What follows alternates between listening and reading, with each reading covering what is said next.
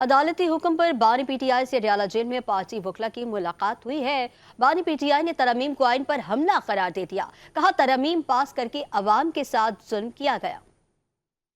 PTI वकला ने बानी पीटीआई के साथ इंतजामिया के रवैये के खिलाफ पटिशन दायर करने का ऐलान कर दिया। कहा जिन हालात में बानी पीटीआई को रखा गया वो काबिले मुजम्मत है। बानी पीटीआई को सिर्फ 1.5 घंटे के लिए पिंजरे से निकाला जाता है। 3 हफ्ते में दूसरी बार मुलाकात कराई गई। बानी पीटीआई के वकील फैसल चौधरी ने मीडिया से गुफ्तगू करते हुए कहा बानी पीटीआई को 6/8 के सेल में 24 घंटे लॉक रखा जाता है। बानी पीटीआई को जेल में बुशरा बीबी से मुलाकात की भी इजाजत नहीं थी। उनकी शेप भी बड़ी हुई है। बानी पीटीआई ने सवाल पूछा मौलाना फजलुर रहमान ने आईनी तरमीम में वोट दिया है। उनको बताया मौलाना फजलुर रहमान ने वोट दिया है। कोई एक्सेस उनकी बेगम साहबा की नहीं जो के साथ इसी जेल प्रेमिसेस में थी, उनसे मुलाकात नहीं की गई। सो मच हो कि उनकी बेल की खबर तक नहीं दी गई। शुएब शाहीन का कहना था बानी पीटीआई को 26वीं आईनी तरमीम का भी नहीं पता था। बानी पीटीआई को याह्या अफरीदी का भी बताया। बानी पीटीआई ने याह्या अफरीदी पर कोई कमेंट नहीं किया। वाज़ेह रहे कि इस्लामाबाद हाई कोर्ट ने बानी पीटीआई को आज 3 बजे इस्लामाबाद हाई कोर्ट में पेश करके वकला से मुलाकात कराने का हुक्म दिया था।